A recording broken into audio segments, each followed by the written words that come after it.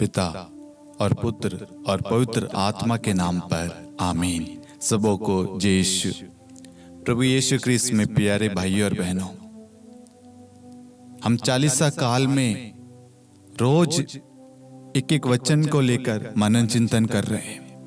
आज हम विधि विवरण ग्रंथ अध्याय 6 वाक्यांश 6 से लेकर 9 तक मनन चिंतन करेंगे। प्रभु आज हमसे क्या कहना चाहता है, वचन हमसे क्या बात करना चाहता है, क्या समझाना चाहता है। वचन इस प्रकार है, जो शब्द मैं तुम्हें आज सुना रहा हूं वह तुम्हारे हृदय पर अंकित रहे। तुम उन्हें अपने पुत्रों को अच्छी तरह सिखाओ। घर में बैठते या रात चलते, शाम को लेटते या सुबह उठते समय उनकी चर्चा किया करो। तुम उन्हें निशानी की तरह अपने हाथ पर और तावीज की तरह अपने मस्तक पर बांधे रखो और अपने घरों की चौखट तथा अपने फाटकों पर लिख दो। Hallelujah, hallelujah.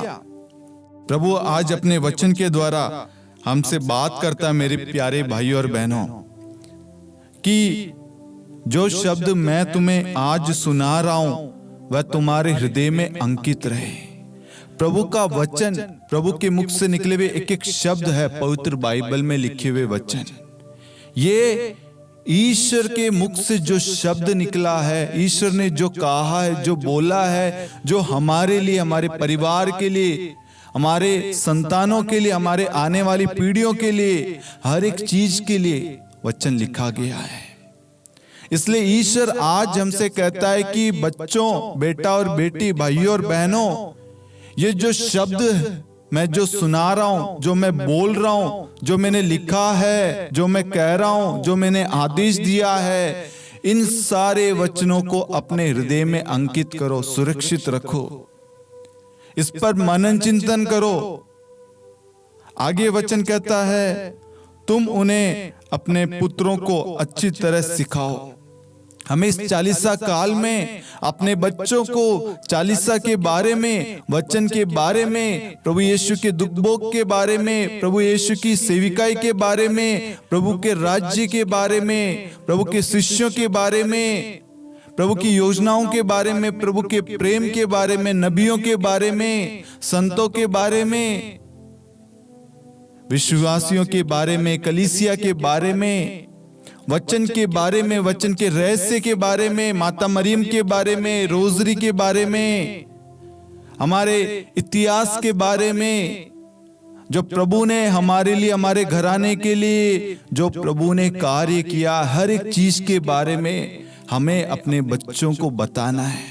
बच्चों को बाइबल के बारे में बताना है, बच्चों को वचन के बारे में, यीशु मसीह के बारे में बताना है, उस खुदा के बारे में बताना है, उस खुदा की एक एक जानकारी, एक एक चीज बताना है कि वो तुमसे कितना प्यार करता है, वह तुम्हारी देखभाल करता है, वह तुम्हारी जरूरतें पूरी करता है। हमें अपने बच्चों को, अपने पुत्रों को, पुत्रियों को, संतानों को, परिवार को प्रभु के पास में लाना है। आगे वचन कहता है, घर में बैठते या रात चलते, शाम को लेटते या सुबह उठते समय उनकी चर्चा किया करो। किनकी चर्चा? वचन के बारे में। वचन हमसे क्या कहता है, क्या कहना चाह रहा है, हमें किस तरीके का जीवन व्यतीत करना है, हमें चर्च जाना, प्रार्थना करना, प्रार्थना के बारे में, उसकी शक्ति के बारे में, उसके सामर्थ्य के बारे में, वचन की शक्ति के बारे में, यीशु मसीह के बारे में हमें अपने संतानों को, अपने परिवार के साथ में हमें चर्चा करना है। ये चालीसा काल हमारे लिए एक आत्मिक और आध्यात्मिक समय है। इस समय का सदुपयोग करें। आज से पहले आपने इस समय को प्रयोग में, उपयोग में नहीं लिया, व्यर्थ किया होगा, परिवार को समय नहीं दिया होगा, परिवार के साथ में आपने प्रार्थना या प्रभु के संबंध में, प्रभु के वचन के बारे में चर्चा नहीं की है। लेकिन प्रभु आज हमें एक आदेश देता है कि आप रात चलते, बैठते, उठते, सोते वक्त हर समय प्रभु के वचन के बारे में, प्रभु के शब्द के बारे में, यीशु मसीह के बारे में चर्चा करें। तुम उन्हें निशानी की तरह अपने हाथ पर और तावीज की तरह अपने मस्तक पर बांधे रखो और अपने घरों की चौखट पर तथा अपने फाटकों पर लिख दो। हमें हमारे हृदय में, हमारे हाथों पर, हमारे शरीर के हर एक अंगों पर यीशु के लहू को लगाना है। यीशु के वचन को, उस कवच में हमें अपने आप को ढकना है। एफेसियों 6 वाक्य 10 से लेकर हम पढ़ते हैं, ईसा मसीह का अस्त्र धारण करे, कवच, ताकि हम हर पाप से बचे रहे, हर शैतानी प्रलोभनों से बचे रहे। बच्चों को पवित्र बाइबल के बारे में, कलीसिया के बारे में, प्रभु के वचन के बारे में बताएं। प्रभु का आदेश है, हमें उस आदेश का पालन करना है। बच्चों को प्रार्थना के लिए समय निकाले, बच्चों माता पिता का आदर करे। इन वचनों में क्या लिखा है?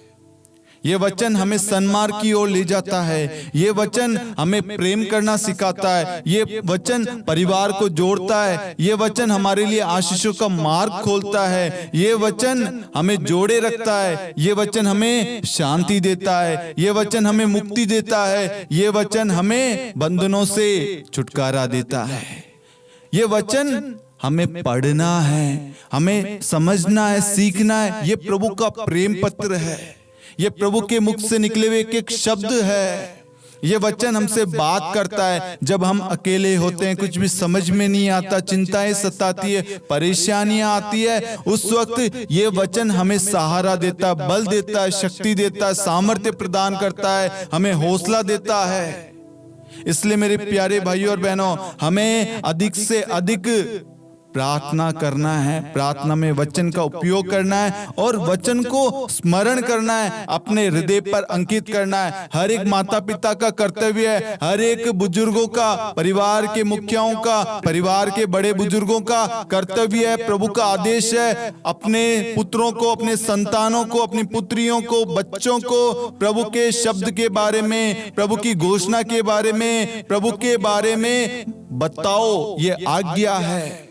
यदि आज से पहले आप ऐसा नहीं कर रहे थे, अपनी संतान को, अपने बच्चों को प्रभु के बारे में नहीं बता रहे थे, ईश्वर से क्षमा मांगे और आज से शुरू करें, उनको प्रभु के बारे में बताएं।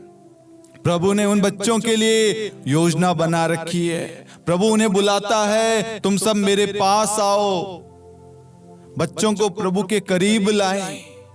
सबसे पहले आप खुद करीब आए, उसके बाद में बच्चों को लाए। आप अपने अंदर सुधार लाए ताकि आपको देखकर बच्चे भी सुधरे। Hallelujah, hallelujah.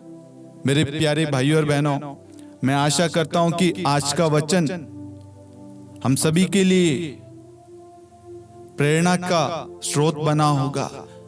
इस वचन के द्वारा कहीं ना कहीं हमारी आत्मिक और आध्यात्मिक उन्नति अवश्य होगी। ये वचन हमें मार्गदर्शन प्रदान करेगा। इसलिए आज से, इसी वक्त से, इस 40 काल में हमें 40 दिन 40 वचन पर मनन चिंतन करना है और 40 वचन को याद रखना है। हमारा मिशन है, हमारा उद्देश्य है, हम इस 40 काल में 40 वचन को बाय हार्ट, हृदय पर अंकित करेंगे। प्रभु ने कहा है, जो शब्द मैं तुम्हें आज सुना रहा हूं तुम्हारे हृदय पर अंकित रहे। हमारा लक्ष्य है, हमारा मिशन है, हम इस 40 काल में 40 वचन को याद करेंगे और उन वचनों के द्वारा अपना जीवन व्यतीत करेंगे। और इस 40 काल में हम प्रण लेते हैं, हम अधिक से अधिक प्रार्थना में जीवन व्यतीत करेंगे, प्रार्थना में समय देंगे, पवित्रता की ओर अग्रसर होंगे, पवित्र भरा जीवन जिएंगे, हर पाप को, हर प्रलोभन को, हर बुराई का खंडन करेंगे। किससे? वचन के द्वारा। Hallelujah, hallelujah. प्रभु आप सभी को आशीष प्रदान करे। पिता और पुत्र और पवित्र आत्मा के नाम पर आमीन। सबों को जय यीशु।